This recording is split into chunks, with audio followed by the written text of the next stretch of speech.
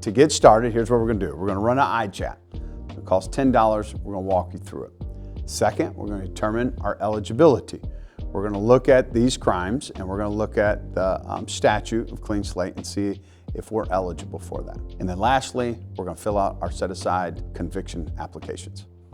First, let's go to Google, and here's what we'll do. We'll type in iChat, click on that, and it should bring you up to the home page for iChat. Click on there. Once it comes up, you wanna go into login. On the right-hand side of the screen, you'll see login as a guest user, and you'll see login as a returning user. So log in as a guest user, click the I'm not a robot, and then accept the terms and conditions of iChat, and you'll see right below that guest login. Click there. Click on reasons for search. When you do, you'll see tabs come up. Go down and click other.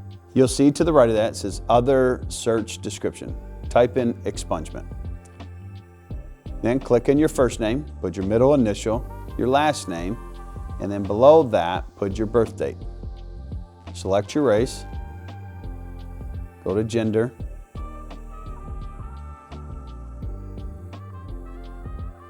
disregard the SID where it says, what's this? After you click submit, then press OK as being successfully added to your cart. On the right side of your screen, you'll see the cart up there towards the top right. Click that. Order review will come up and say subtotal $10. Make sure to click the box next to your name and then click checkout. After that, you'll be asked to put your email in there.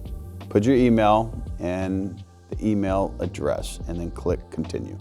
Once you click that, usually it'll say, please wait while they retrieve your paperwork. Next, it'll tell you to choose method of payment. Click next. Once you put in your billing information, you'll click OK. And then it'll ask for your email. It'll be sent to your email. Print up one copy of your iChat. We'll have to use that later to send to the Michigan State Police. Here's how you determine you're eligible. Get on, now that we got our iChat, you should be able to know from there. But if you're kind of, I don't know if I am or am not, still have some questions, then here's what I suggest. Get on Google and Google clean slate expungement laws. That should take you straight to the Michigan compiled law. I think it's 780. You get on there and you'll click, and then you'll be able to read a full description of the statute of clean slate to get your conviction set aside. If you have multiple felonies, okay, so you got 2 to 3 felonies, if you do, you have to wait at least 7 years. Now, not 7 years from the time you get out, 7 years to where you're off all supervision, you're off of any types of fines, payments, you're totally separated from the judicial system. So 7 years from the time you get off parole, get fines paid off, all that, 7 years if you have multiple felonies. Let's just say you just have 1 felony and some misdemeanors. If you have 1 felony, you have to wait until you're off probation, parole, fines taken care of, all that. You have 5 years from the date that ended until you're eligible.